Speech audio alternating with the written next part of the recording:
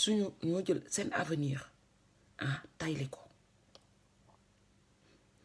ko ci ñi nga xamante ne mun naa wax ne seen lépp sotti na ba pare muy nasaraan si.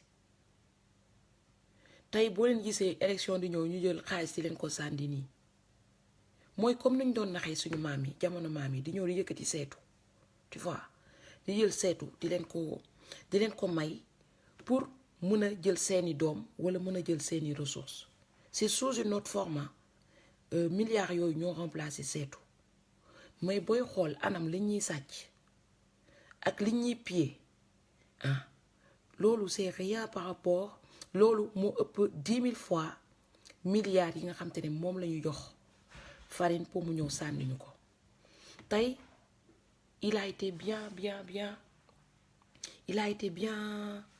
encadré lii ni complot bi ça a été bien analysé bien encadré tout bien structuré donc tey ñun dañu dem on s'est jeté dans la gueule du loup mooy ñu demoon élection bañ a def élection tout était bien programmé donc tey ñun lu ñu war a def ñun population sénégalaise mooy ñëpp ñu ne tey man duma def politique parce que politique dafa dégueulasse il faut qu'on mette notre main dans la pâte mooy lii nga xamante ne tey moo nar a yàq Sénégal mooy ressources yi nga xamante ne la plupart en 2021 la ñuy commencer exploiter ko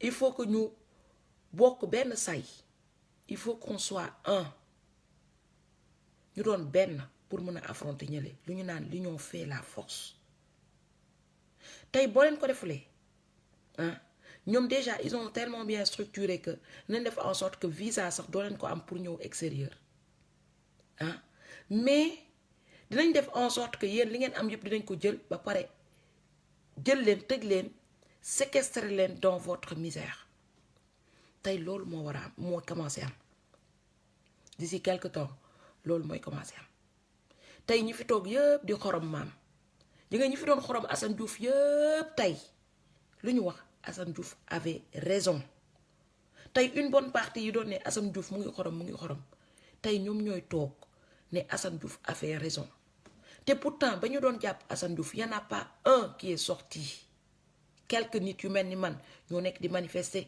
quelques nit yu mel ni ñi nekk Paris ñoo nekk di manifester ñi nekk Sénégal mais où sont le reste du peuple ñu ngi toogoon seen rukk tey le problème est arrivé ñëpp dañuy noon waa xam nañu tubaab yi ñooy commandé mais suñu commandé ñun la neex Arabie Saoudite am na ay ressources yoo xam te ne moo gën a néew ñun bi ñu am te nasaraan si commandé wu leen yeneen dëkk ak yeneen dëkk beneen dëkk ak beneen bëkk pareil te commandé wuñ leen léegi ñoom lan moo tax ñun ñu ñëw di ñu commandé parce que ñun on se laisse faire parce que tey bu fekkante ne ay lâche quand on élit un lâche il fait un truc de lâcheté et qu'on le laisse faire c'est qu'on est complice de sa lâcheté tey lu mu mënti demee il y a eu des lâches qui ont voté pour Macky il y a eu des lâches qui ont voté pour lui parce que fii lañ toog depuis des mois ne leen Sénégal am na ressource Sénégal am na lii Sénégal am na lee tey même kiy jaay caaf Sénégal sax xam na ni Sénégal am na ressource même kiy jaay caaf xam na ko on vous a ramené des exemples dans le monde ne leen tel dëkk am na lii bu ñu defulee lii la ñuy am on a été même plus loin que ça dem ci village yi nga xam te ne tey jii am na ay ressources ñu tegal leen table sur table ne leen village yi y a tout ça mais ils sont toujours dans la misère on vous a ramené des preuves mooy fi ñu toogee naan opposition bi ils mentent on vous a ramené des preuves man nee naa combat bi ça m'a appris énormément de choses am na ay villages yu mel ni Nafasiri côté Sabadola jamais j'aurais pensé que village yooyu am na Sénégal ñooñu tey dem nañu ba déterrer seeni moor pour jël seeni or amuñu kenn ku leen déglu parce que foofu amul télé parce que foofu tali bi baaxul foofu kenn xam fa dara donc on a tout fait tout ça on vous a mis sur la table donc tout le monde sait tout donc d'où est le problème il y a des gens qui veulent se battre y en a au Sénégal kii naan noppale sa bopp gis nga Sénégal tey bu ñu noppalee suñu bopp on est lâche, on est des lâches.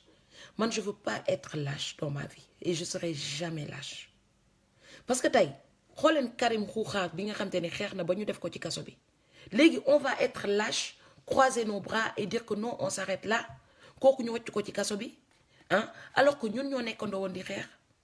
Ana waa PDS ñu arrêté, il y a plein de gens qui ont été arrêtés. C'est pas le moment ñu naan ñu ngi bàyyi combat bi non arrêter c'est vraiment être lâchant parce que tey du ñu ànd ak nit ba ñu dem ba ñu ànd ak ñoom ba ñu dem ca kaso ba ñu dem di reculer en arrière ne déedéet Sénégalais jarul xeexal léegi ñi nga xam te ne ñun la ñu àndaloon di xeex qu'est-ce qu'on va faire? On va les regarder comme ça. Est-ce que dañuy toog di leen seetaan nii?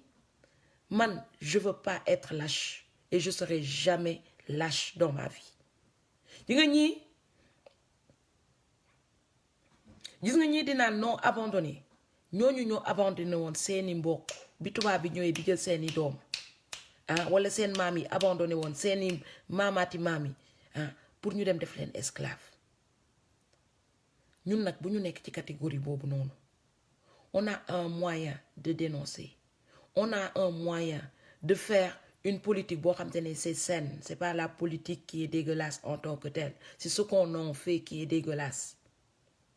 Tey ñun ñoo jël ñi nga xam te ne dañoo am vie dégueulasse vie malsaine jël leen dénk leen dëkk bi ñuy def affaire boo xamante ne naka su dul noonu.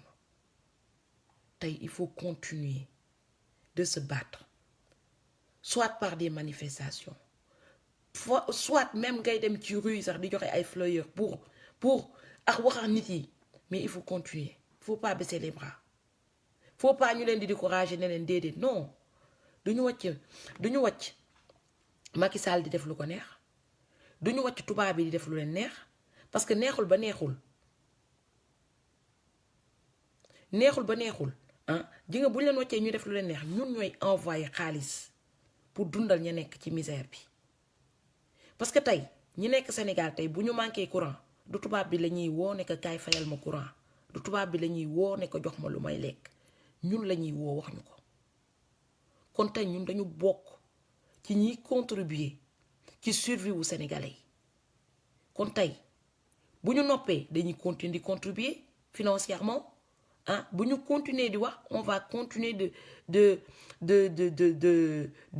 ni ñu koy waxatee de contribuer financièrement et politiquement.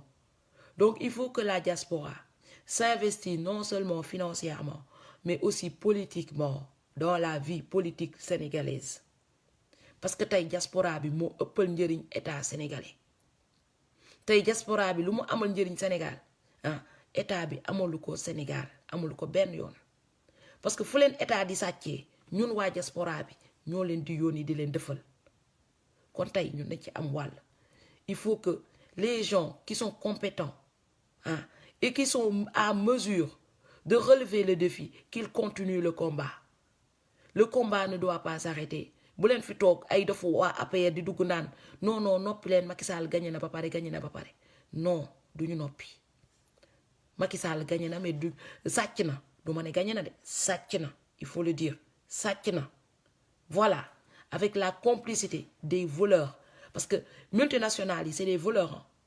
Les multinationales c'est des voleurs Macky Sall c'est un voleur ñi nekk ci entourage am yëpp c'est des voleurs kon duñ leen wàcc fii ñuy def lu leen neex day yomb torop tey il faut les combattre tey ana Kémi Séba est-ce qu'on l'a rapatrié du Sénégal est-ce que dafa toog ne dàq nañ ma bii dëkku africain du ma continuer di xeexal Afrique il continue de se battre est-ce qu'il est mieux que nous ana yeneen africains yi da ngay gis yenn Miss Rizmo il est tout seul à sillonner les villes les villes de Paris les quartiers de Paris pour xool fan la africain nekk mu di ko dimbali di ko ñaxtul ak kamax yelleefam pour ñu respecter la dignité humaine tu vois ñun pendant ce temps benn Macky Sall bii rek ah moo jël benn ni ñu koy waxatee tricher élection ñu ne non comme tricher na élection ñun dañ ko fi wàcc mu def lu ko neex non il faut continuer de se battre il faut continuer de se battre il faut que ñu def des mobilisations africaines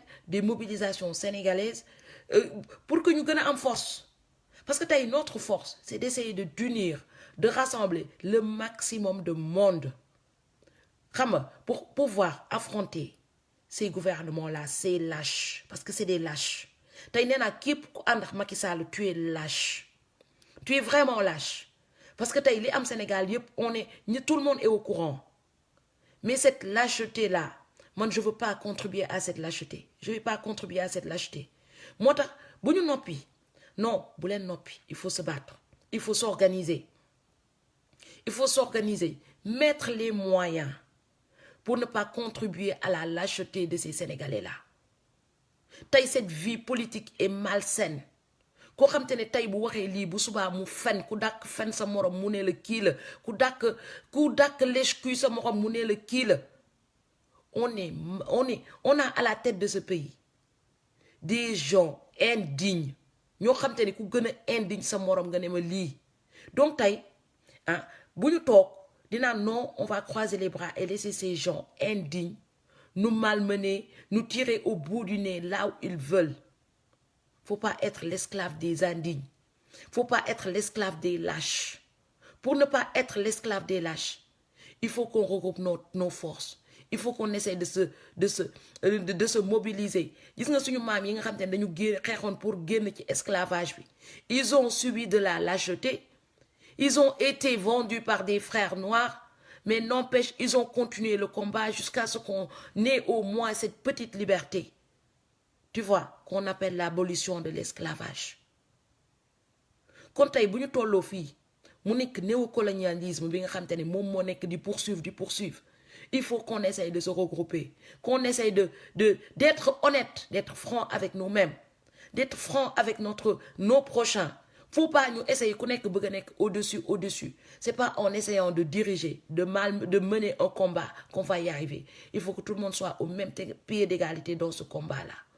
Moi, si nous faisons ben genre mouvement, tu vois, pour dénoncer et redresser l'économie africaine et attaquer ces multinationales et attaquer ces gens-là, ces esclaves des multinationales, c'est-à-dire les lâches qui nous dirigent actuellement. Il faut qu'on s'organise. C'est à partir d'une organisation qu'on a aboli l'esclavage. C'est à partir d'une organisation qu'on a pu avoir l'indépendance entre parenthèses. Parce qu'il faut dire que les indépendance, c'était des blocs d'Africains qui se sont réunis, qui se mettaient dans des chambres, qui ont essayé de bind ay loi, de jéem a xeex, di def ay articles, def ay manifestations. Qui lañu dem ba au moins ñu am cette petite liberté qu'on a. Ñooñu tay buñu togon seen kër yi né duñu xeex kon buñu duggoon ci bus tubaab bi mooy toog ñun ñu taxaw. Kon buñu demoon restaurant bi tubaab bi di xeexee lekkee ñun duñu am droit lekk fa. C'est-à-dire c'est nos grands-parents qui se sont battus, tu vois, qui se sont battus jusqu'à on en est là, qu'on ait une petite liberté. Cette petite liberté-là, on doit l'améliorer en continuant de se battre. Non pas en baissant les bras, tu vois, et se dire, non, cette petite liberté, je vais me contenter de cette petite liberté. Parce que plus on se contente de cette petite liberté, plus on va la réduire. Ils sont en train de réduire cette petite liberté. Parce que de démocratie, on passe à une dictature cautionnée par les colons. Cautionnée par les colons. Tay bu ñu gisee ku mel ni Macky Sall, il est fier. Muy jël ay nervi mu leen di fay ñuy ñëw di dossier ay africains en France. C'est la honte et que personne ne dit rien. C'est la honte. Quand on voit un gars comme Macky Sall rapatrier Kémi Séba, c'est la honte. Quand on voit un gars comme Macky Sall dire qu'il défend la loi, mettre Assane Diouf dans la prison et laisser son agresseur rôder sillonner les rues de Paris, les rues de Dakar, c'est la honte. C'est la honte. Donc je trouve que combat, mes frères, on doit le continuer. On doit faire des mouvements anticolonialisme.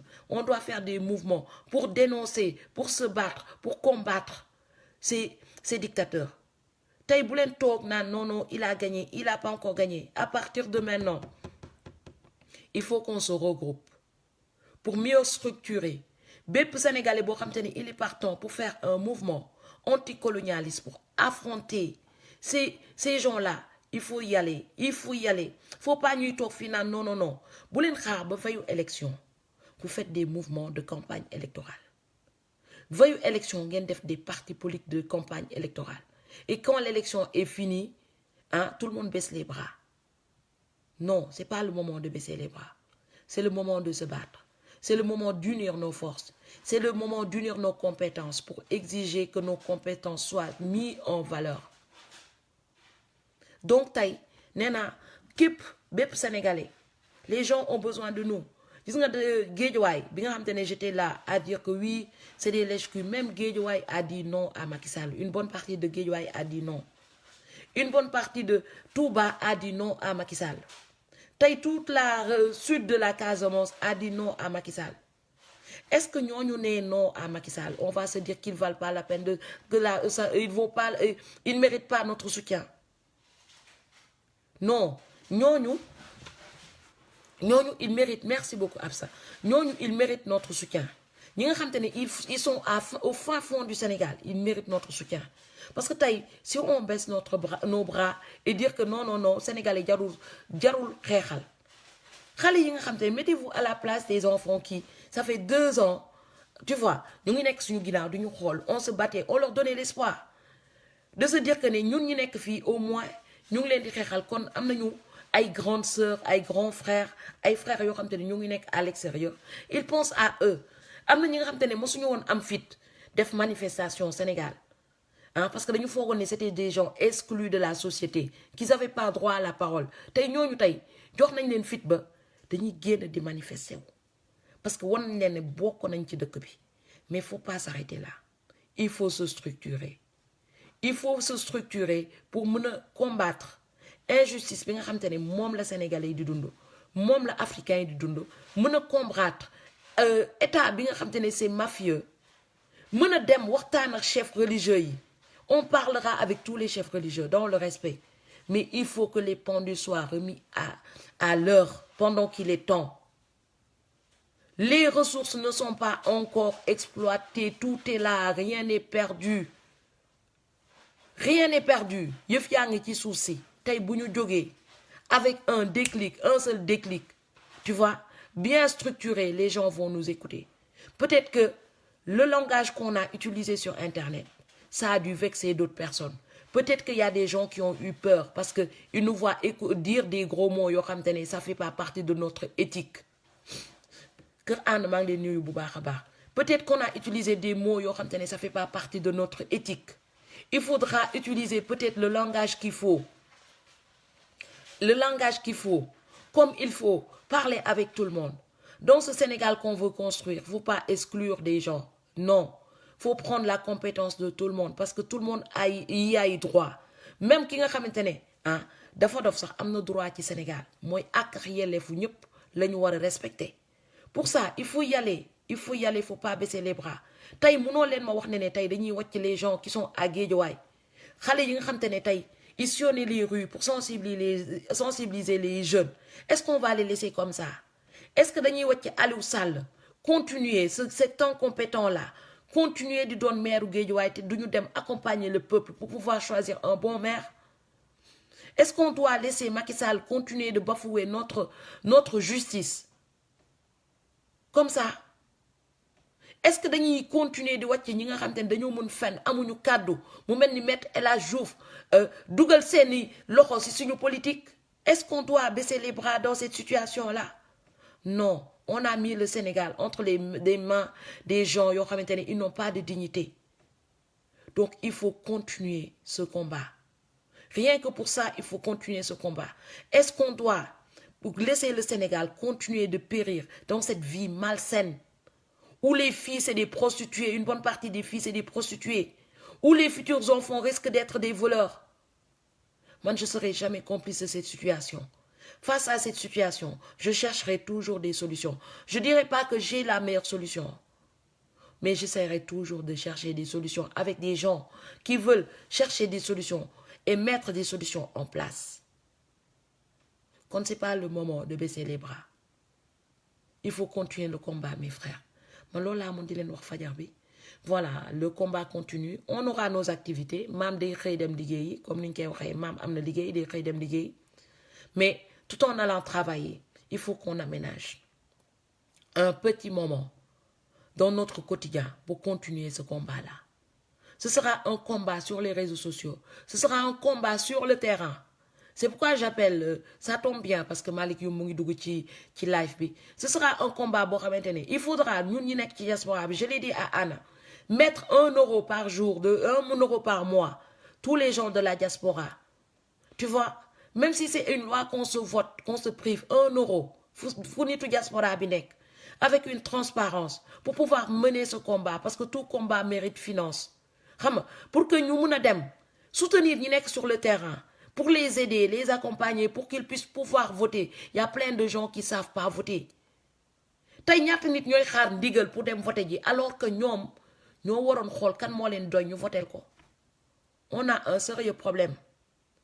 Bo xamantene tay du Macky Sall mo ñukoy lijeentel. Du médias ñu koy waxaté sénégalaise une bonne partie ñoo ñukoy lijeentel.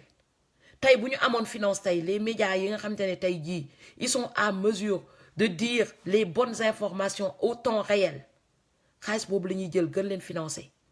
Médias yu mel ni Walf tey si on avait un fonds boo xam te ne c'est de la diaspora ah médias yu mel ni yooyu dañoo waroon continuer di leen financer pour que ñu continuer di wan une information à temps réel aux Sénégalaises. Tey Sénégalais yi ngeen di xas ne non c'est des lâches, ils sont pas lâches. Leur cerveau a été entretenu par la télévision sénégalaise et la média. Tay que ban média moo fi toog di wax nit yi dëgg ku xamul dëgg naka ngay doxee ci dëgg tey bu duloon ñun sénégalais duñu xam sax ne Sénégal moo nekk 5e réserve mondiale de gaz. Ils savent pas. Maintenant mettez-vous à la place des gens qui n'ont jamais été sur internet, au contact de l'internet, qui sont au courant de rien. ñoo xam te ne élection bu jotee la ñuy dem di wax ak ñoom di leen jox xaalis pour ñu voter. Même nous on contribue à leur débilité. Si on veut les aider, c'est maintenant qu'on mette en place des structures pour pouvoir les accompagner. Dimbale leen, gunge leen, ba ñu mëna am sen carte électeur. Combien de Sénégalais ne savent même pas comment faire pour avoir un extrait de naissance? Amna ñu bari extrait de naissance sax xamuñu fuñ koy wuté ya. Sen yaay mo leen ko doon wutal bu sen yaay génné aduna xamuñu sax fuñ koy dem wuté ji. Il y a plein de gens, ça a été recensé en Afrique, beaucoup de gens yo xamantene ils sont apatrides. Amuñu mosuñu am extrait de naissance, mosuñu am carte d'identité, bokkuñu fenn. Te bu leen foog ne loolu Afrique rek la am nu mu amee Afrique bu leen foog ne ci yeneen pays Afrique yi la yemoo. Il y en a même au Sénégal. Il y a des enfants de la rue qui n'ont jamais été déclarés. Kon tey c'est pas le moment d'arrêter, c'est pas le moment, il faut s'organiser. Sama kanam bu ñaaw bi sax bu leen neexulee bu ñuy organiser bu leen xool sama kanam bu ñaaw bi xool leen organisation ba ñuy def ak njëriñ bu mu mën a amal Sénégal ëllëg. Tey li ñuy xeex tey xëy na mën nañu bañ a gis ampleur bi mais bés bu ñu fi nekkatulee ñiy ñëw suba dinañ gis ampleur li ñuy xeex tey mooy on va leur léguer des bonnes valeurs. Mooy dinañ xam ne am na ñu nekkoon tey jii ci dëkk bi xeexoon pour que nasaraan si bañ leen noot à vie pour que ñoom ñu mën a profiter ci seen ressources et qu'ils puissent vivre dignement. Kon tey ñun ñoo war a contribuer ci avenir xale yi nga xam te ne suñu descendants yi. Parce que quand on dit mam nit yi nee nañu on va fuir dans les autres pays pour avoir les autres nationalités. Mais même si vous allez au Rwanda, vous serez toujours des Sénégalais. Même si vous êtes au Rwanda, dund fa 1000 ans, les gens vont toujours vous rappeler vos origines. Ça veut dire que vous ne pouvez jamais fuir votre origine. Ce qu'on peut faire, tu vois, c'est améliorer notre Sénégal là. Pour que demain, ñëpp ne du jeune Sénégalais, dañoo jógoon ba tubaab yi waroon jël leen noot seen ressources. Il y a 1001 manières de combattre cette dictature. Il y a 1001 manières de combattre les multinationales. On peut les combattre intelligemment et y arriver intelligemment. Quand le combat continue, Anna maa ngi lay nuyu bu baax a baax di nuyu jigéenu Pastef yi yëpp di nuyu jigéenu réew mi yëpp parce que ce combat ak jigéenu PDS PS parti politique yi yëpp parce qu'on l'a mené ensemble démb am na kenn ku ma doon wax mu ne ma waa yéen a demoon accueillir Mame Abdoulaye Wade. Effectivement nous on a ouvert une plateforme sur Paris boo xam te ne parti politique yi yëpp ñoo ci bokkoon. bu xalifiste yi waree dem def manifestation dañ daan dem di jàppale Khalifa Sall. bu karimiste yi waree def manifestation on y allait. On a combattu ensemble. Tay ku ma déggoon may ànd ak Babacar avec 2 L, tu vas penser que j'étais de Rewmi, alors que man bokkuma ci benn parti. Babacar il a toujours été de Rewmi. Mais mosuma ko saaga, mosuma ko xas. Ñoo on a combattu ensemble. Donc avec beaucoup de gens, La Fleur, elle était khalifiste. Yaay Ami, khalifiste. Donc Nena, on a combattu, on a mené un bon combat à Paris. Man dama naan chapeau ñi nga xam te ñu ngi nekk Paris. Parce que tey ku ñu gisoon ñuy ànd ñun ñëpp les gens allaient se dire non ñun ñëpp ñoo bokk fu ñu far te ku ci nekk fu mu faroon la. Kan moo ñu boole mooy Assane Diouf ndax yàlla lu nekk dafa am fu mu koy jaaralee.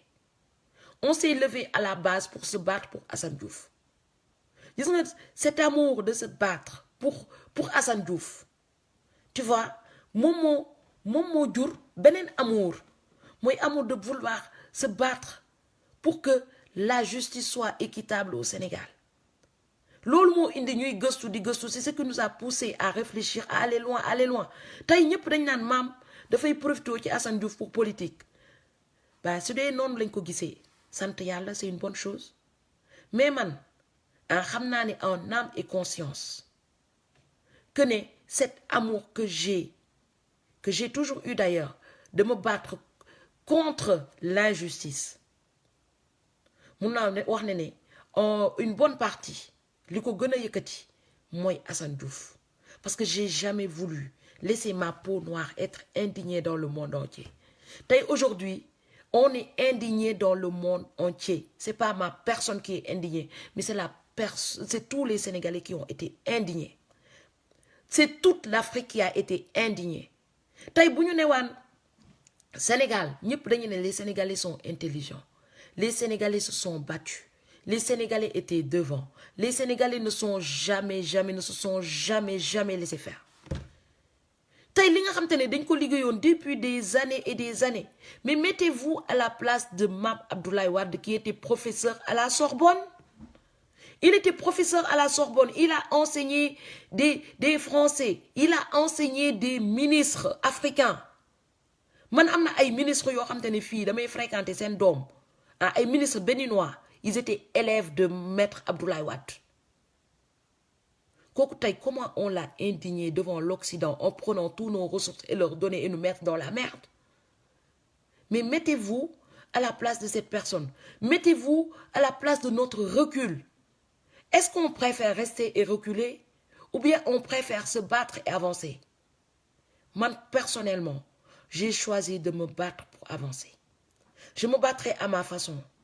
Me battre, c'est pas de me mettre là à insulter Macky Sall, à traiter de Macky Sall de tous les noms. Non, il faut se battre intelligemment. C'est-à-dire mettre les moyens financiers pour pouvoir nous affronter où. Il faut qu'on soit représenté légalement au niveau de Amnesty International. Il faut qu'on soit représenté par des gens dignes dans tous les organismes multinationaux. Partout, il faut qu'on soit représenté.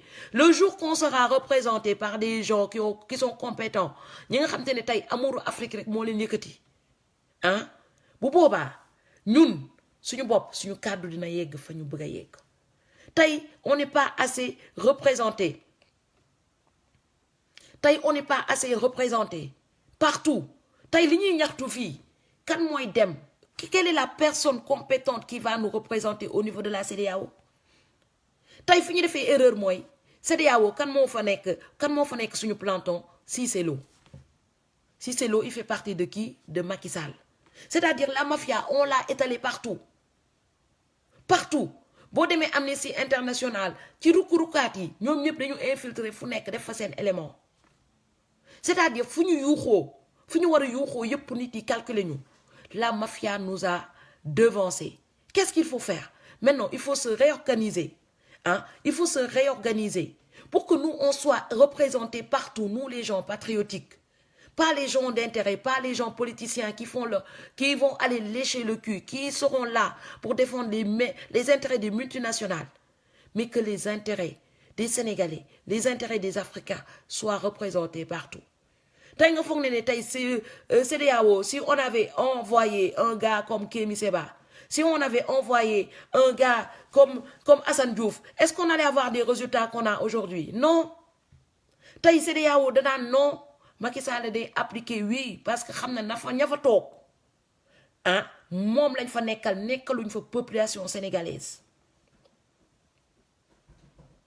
Est-ce que fu mu nekk ni dañuy croiser les bras et qu'on laisse dans quelques mois les étudiants, ils auront pas leur bourse, ils vont sortir, il y aura un autre Fallou, il y aura un autre Pape Sène, les gens seront tabassés par des marrons du feu.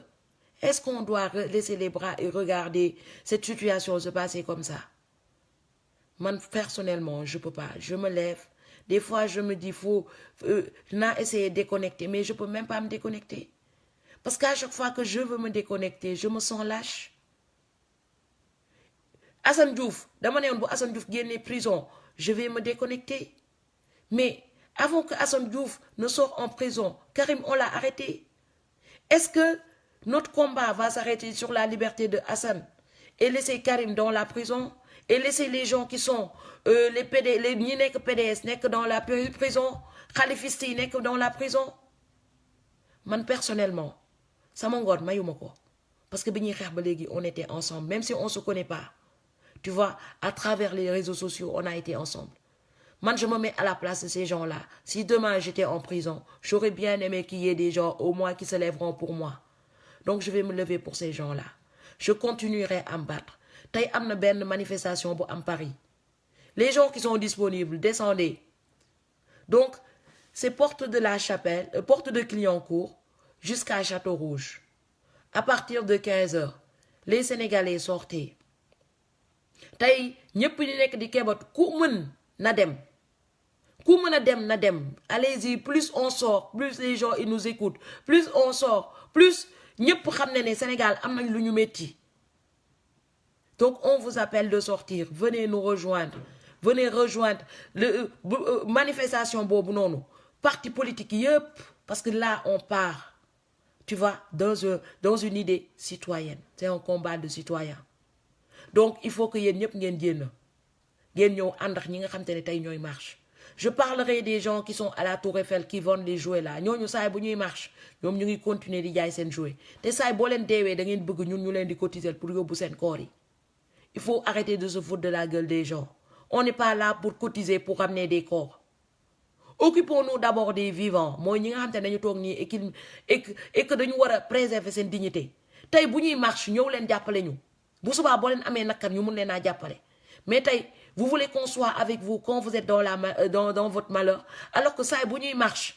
On passe devant vous, on dirait que on est des chiens devant vous. Tay luñu boy wara boycotter yeb dafa bari hein. Parce que buñu topé suñu jikko, je t'assure même yeen ñi nek Tour Eiffel dootuñu jëndati ben sac ci yeen, dootuñu jëndati dara ci yeen. Parce que say buñu rombé dañ leen di yërem, di jënd ay quelques trucs pour vous faire travailler. Mais vous voulez pas vous battre pour le Sénégal. Vous êtes là à être des larbins en bas de la Tour Eiffel parce que yéen li ngeen lek mo mais sacrifier une minute même bu dé une minute ngeen di ñëw taxaw ak sen morom sénégalais hein and ndox ñom xex woné né tay ji en Sénégal bu nexé ñun ñëpp la neexal ça fait plaisir.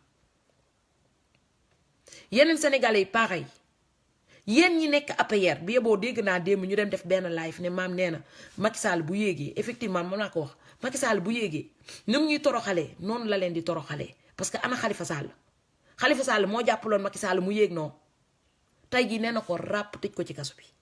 Ana Karim Wade ils ont aidé Macky Sall dans sa vie tay ji exilé nako xolal nu mu toroxalé Lay Wade té mom motax mu yexi fi mu yexi kon tay say bu toroxalé Lay Wade say bu toroxalé Karim yeen wa APR ngeen di tatchu vous applaudissez le jour que votre malheur va arriver bés bu len Macky Sall di toroxal fi becc ko ndarkam hein bu boba ñun fi lañuy tok mam tout le temps dañ nan mam waxon na fi Mamone Baye bakki de mo Ndiaye la nek fi di wax Mamone de way man je savais que le genre j'avais des flairs le gars il était lâche ñepp fi lañ nek Assane Diouf lay politiquer hein Mamone Baye mais effectivement ñi ma doon saaga tey sortez sortez vous m'avez fait des posts non sortez sortez maintenant sortez et vous parlez tey ñi nga xam te ne tey y a 2 semaines ñoo ma doon saaga hein ces gens-là je les appelle à sortir d'ouvrir leur bouche tu vois et de dire de parler dans cette situation-là donc c'est pour vous dire que ne maam lu mu fi wax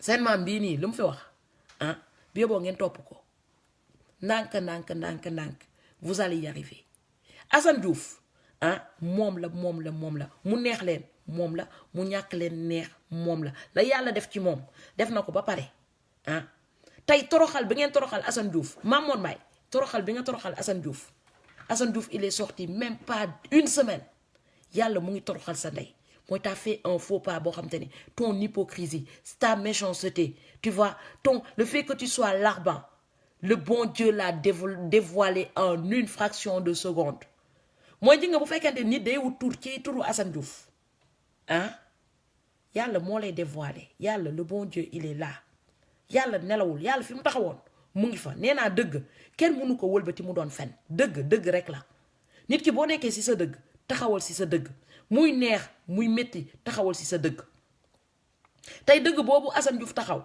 moo tax ba yàlla mu ngi ko ciy fekk ci ndànk-ndànk ma di leen wax nag boobu benn jax bu ndaw la Mamour Mbaye Macky Sall ji nga toroxal bi nga toroxal Assane Diouf toroxal bi nga toroxal sénégalais yi ah yow yàlla moom dina la ko fay ndànk A ba Z mooy fi ñu toll nii Assane Diouf nee nga ràpp tëj gémmiñam ne ko tu peux pas te défendre le bon Dieu il est en train de le défendre tout seul la défense est là ça tombe aujourd'hui Assane Diouf il a même plus besoin de maam booy gisee maam waxatu ci Assane Diouf parce qu'il a même plus besoin de moi parce que le bon Dieu il est en train de réaliser les choses yi nga xamante ne tey jii moom la Assane Diouf bëgg mooy Assane Diouf lu mu am tey mooy mu jël soccoom rek toog di ree parce que Macky Sall ni nga toroxalee Assane Diouf maa la ko wax nii diggante séeréer ak tukulóor yàlla dina la toroxal bëccëgu ndar kàmm Youssou Ndour ni nga toroxalee sénégalais yàlla dina la toroxal bëccëgu ndar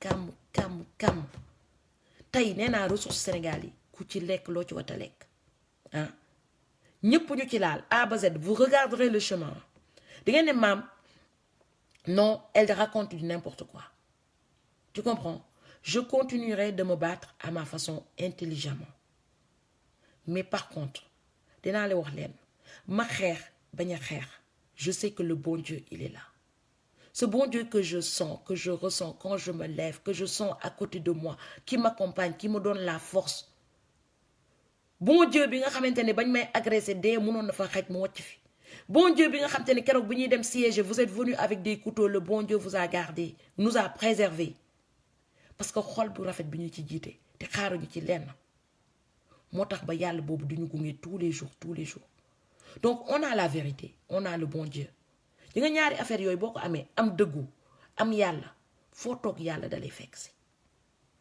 moo tax ma bëgg jeunes yi tey ñu gëm seen bopp gëm seen dëkk respectante gën a solidaire plus vous êtes solidaire plus le bon Dieu sera du côté de vous di nga xol bu rafetee tedd ay xol yu rafet fu ñu daje yàlla daf fay defal barke kon le combat qu'on mène là on peut le gagner que en ayant un cœur un grand cœur boo xamante ne on est prêt à se tuer on est prêt à se lever pour son prochain tey yàlla nañu yàlla jàppale ñun ñëpp Sali Diop maa ngi lay nuyu bu baax a baax ab sa gis naa ñi nga xamante ne tey jii nee naa depuis le début vous n'avez pas changé hein parce que am na ñoo xamante ne tey dañ doon xeex comme sama genre yi ci kaw di yuuxu di xataraayu mais y a eu des gens ils se sont dit moi je vais continuer de poster jusqu'à ce que Assane Diouf sort mooy chacun a mené ce combat à sa façon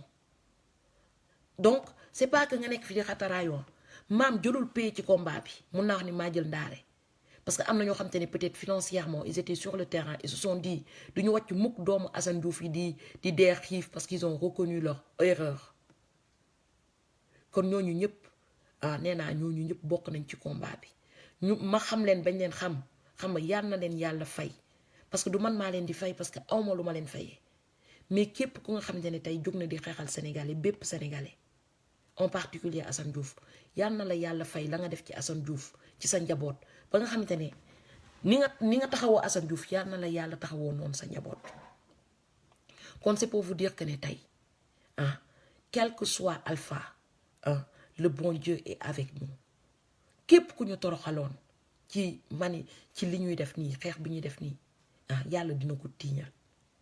képp ku ciy jéem a def lu bon ci ñun ñi nga xam te ne ñun ñooy xeex pour libérer Sénégal pour defal Sénégal lu baax pour xalaat xale yi nekk Sénégal képp ku ko ci def yàlla dina ko toroxal.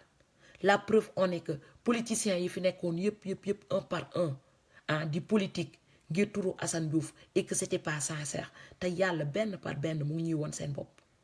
seuls les plus sincères sont restés. seuls les plus sincères sont restés dignes. di nga ñu sincère dañu dem ba tey on les pointe du doigt. notamment Babacar avec 2 ailes. Babacar avec 2 ailes. di nga on le voit effacé il parle même pas beaucoup de Assane Diouf mais Babacar il a pris son billet mu dem ba Sénégal pour libérer ji Assane Diouf ñu def première marche mu ngi fa woon. et il y a eu plein de gens qui ont fait ça. tey am na ñu bëri tey dañu wàcc Sénégal pour dem fas yéene dem jàkkaarloo jeex Macky Sall mais il y a pas eu assez de monde. c'est pas que ñi nekk Sénégal que ne diaspora bi dañu toog fii rek di kebetu am na ñoo xam te ne leur travail leur a permis ils sont descendus sur le terrain mais ñooñu tamit bu ñu ñibbisee bu ñu baisser les bras. on a utilisé une méthode il faut que ñu utiliser yeneen méthode en priant aussi. Parce que seule la bonne méthode, la meilleure méthode, il n'y a que le bon Dieu qui le détient. Donc, la meilleure méthode, yàlla rek moo ko détenir. Tey maam day toog rek saay bu xëyee ne yàlla na ma yàlla teg ci yoon bi nga xamante ne tey jii moo nekk yoon bu baax bi nga xamante ne moo ñu mun a jubale ba Sénégal mun a libéré wu. Man, je connais pas, j'essaye comme vous, je tâte le terrain. Tu vois, j'espère que le bon Dieu ouvrira la porte du chemin qui nous mènera à la liberté. loolu laa amoon di leen wax di leen nuyu yéen ñëpp di leen jaajëfal voilà di leen souhaiter un bon week-end maam mu ngi dem jaay ji carottes yi voilà le combat continue sous une autre angle mais Mboup Ali maa leen nuyu bu baax a baax ok merci au revoir.